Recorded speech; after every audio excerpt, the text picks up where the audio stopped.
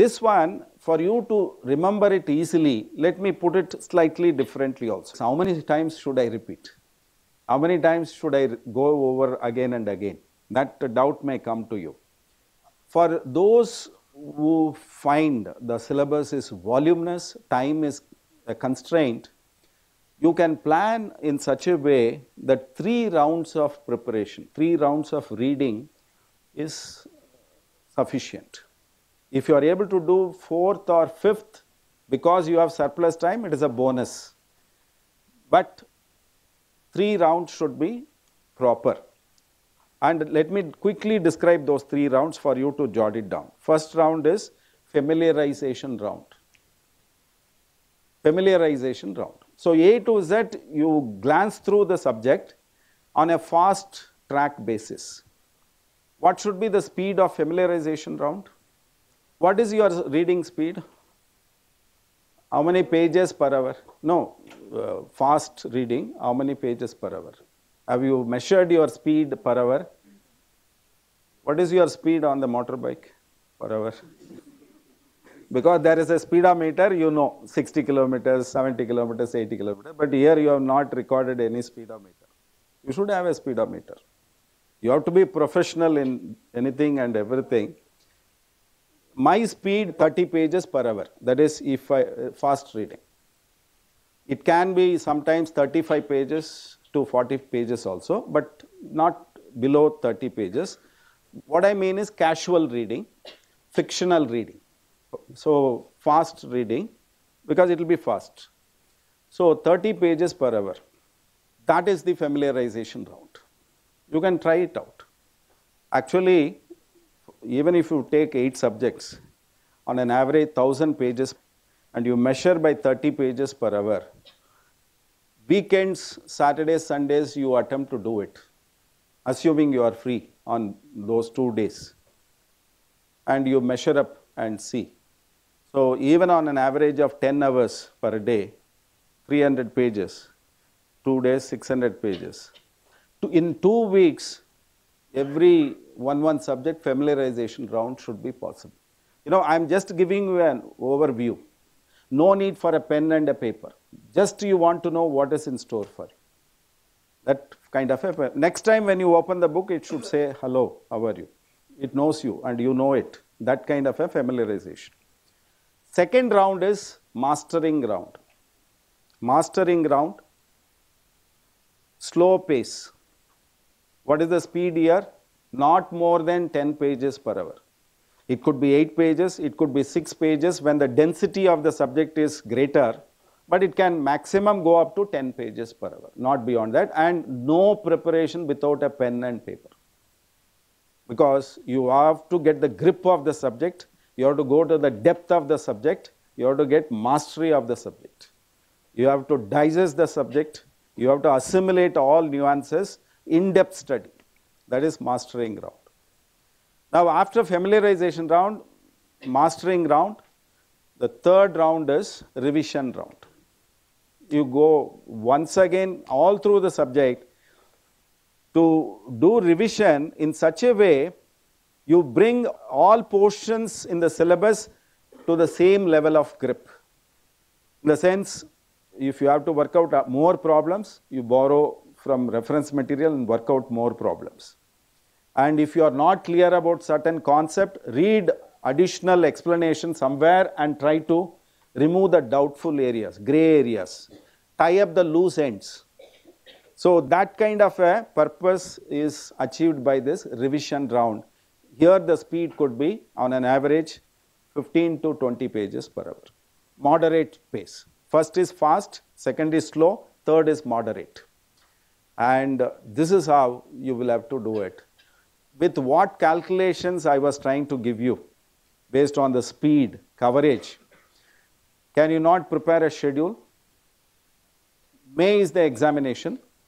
April will not fit into what we are talking about, because in April you should not be sharpening the axe.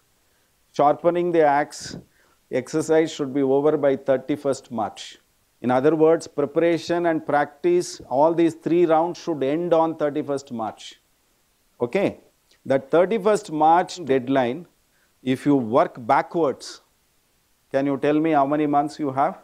March, February, January, December, November, October. Yeah, excluding September, 6 months you have, isn't it? So October to March, 6 months you have. Can you fit in each month in one sheet and take a printout in your computer? 1 to 30, 1 to 31, like that. You can take a printout, isn't it? And can you fill up the slots? You may be attending office, you may be attending class. So you know those hours. Rest of the time, when you can study, start breaking it down. You must have finished familiarization round wherever you are. And some of you may be both the groups, some of you may be one group. Start opening your book, take the syllabus, fit in this chapter in which slot. And can you fill it up? Yes, sir. So suppose you get up at 5 o'clock. Between 5 and 5:30, you warm up, you get ready. And 5:30 to 7:30, 2 hours, the most difficult subject. That will vary from student to student. What is difficult to you may not be difficult for another. So most difficult subject or subject in which you have not started it, where you are lagging behind according to you. If you think everything is easy for me, the subject where you have to catch up a lot, so put it in that slot, like that. A subject for which you have aversion, put it in that slot. It will become your favorite subject, easiest subject over a period of time. Then this 3 hours slot, you must have 2 slots in a day, which is 8:30 to 11:30 and 2 to 5. That is to give you that endurance in the examination hall. Because in the examination also, you have to be having that focus and concentration for 3 hours consecutively.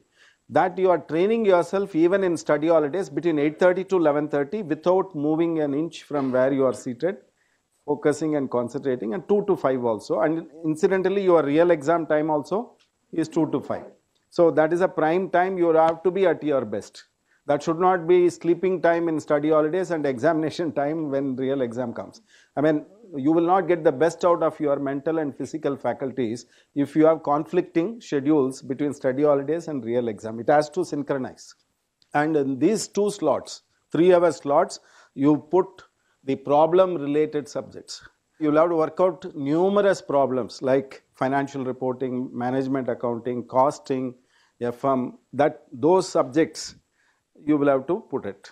Okay? Because unless you have 3 hours endurance and working out and coverage of syllabus, you cannot exhaust those subjects. Then this 1 hour slot, you have 2, isn't it? And that is 12 to 1 you have, and 9 to 10 you have. Put theory subjects. I mean, these are all my recommendations. You can always change. So like auditing and tax, like that, you can rotate, not a problem. Then 6 to 8 slot, that is 2 hour slot. So there again you put any, like law or anything where you think though it is theory, it is voluminous, or indirect taxes, anything. Direct tax or indirect tax. So one in 6 to 8, the other one in 9 to 10, like that. This process, how many subjects you are able to cover in a day? 6 subjects. And after few weeks, 2 will give place to another 2 subjects in rotation. So that is how you can cover 8 subjects. So any slot like strategic management will replace costing. Like that you can always decide what will replace what based on your coverage. So like that you rotate for 2 subjects in accordingly appropriate slots. By this process you will be able to cover all the 8 subjects. That is how I would recommend. Statistics reveals a child laughs 400 times. You can say smiles. And gradually the number decreases as you get into doing homework, isn't it? When the burden is thrust on you, the smiling face starts declining.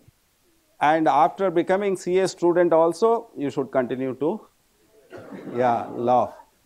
After marriage, it is your choice. And if your smile or laugh depends on your bank balance, that would be miserable. Now, you have to have good friends who are not discouraging you. Negative role models, try to avoid. They say, no, you tell me who are your friends, I'll tell you about you. You know, that's the saying. So therefore, you should be in the right company and you should not unduly compare. You would have made informed decision on which textbook, which reference material. You would have done 60% of the preparation. Suddenly, somewhere one new friend will come and he will say, you are reading this author. 50% of your energy goes down.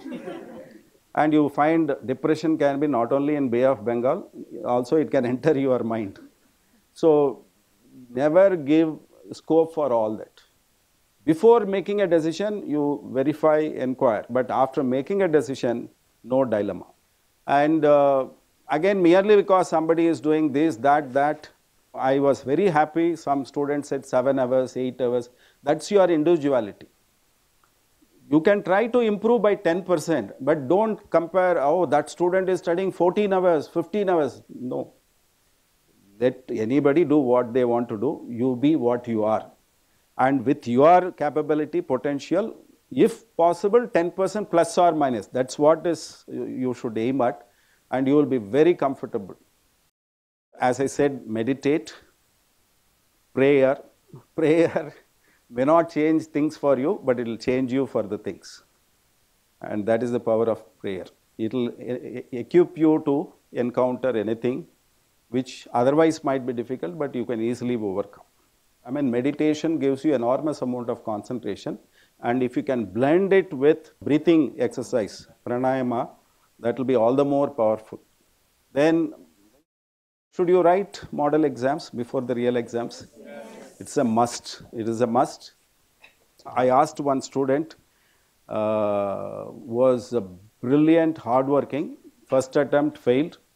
Second attempt, All India rank. I asked what happened in the first attempt. She said, I gained experience in the first attempt.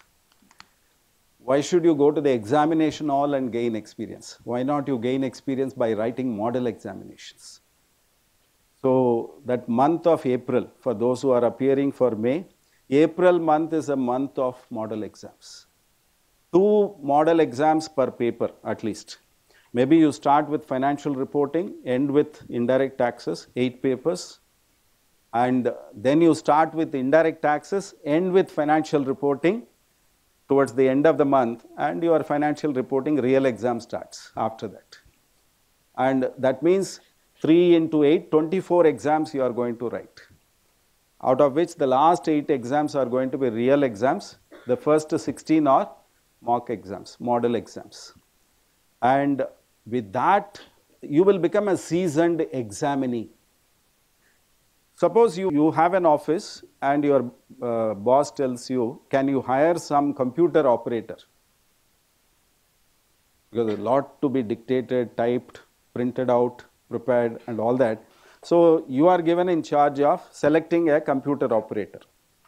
You give a announcement or advertisement, 200 people come for 2 posts and you conduct the test for them in what they have to operate. And the output is given to you for the 200 persons. You will have to now screen and select 2. What will be the parameter based on which you will screen and select? Time. How fast they are able to type. What is that? Speed. How many mistakes are there? Accuracy. Isn't it? Now the tournament is going on. Yeah, US Open. And final will be between whom and whom? Okay. Are you convinced both are champion material? Now who will win in that tournament? If I am asked to say, I will say on that day, in that match, whoever has a greater speed in hitting the ball or adapting to receiving the ball, and whoever has the accuracy of their shots. You see, no, forced errors, unforced errors. So ultimately there also only 2 factors. Both are champion material. Who will outsmart whom will be decided by the speed and accuracy on that day.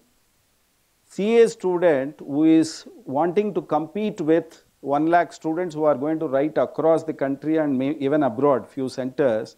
How are you going to be in the top 5%, top 3%, then you need not bother about what is the pass percentage, isn't it? If you are in the top 3%, how does it matter what is the pass percentage? I have to be in the pass list. But to reach there, what is that you have to be sure of? Your speed and your accuracy. Whenever you write model exam, what is the time within which you are scheduling to complete the model exam? Exam time is 3 hours, but you should aim for 2.5 hours. In your model exam, you should improve your speed to 2.5 hours, so that even if it is a tough paper, even if it is time consuming paper, even if it is a lot of thinking process is involved unusually, you will comfortably finish in 3 hours.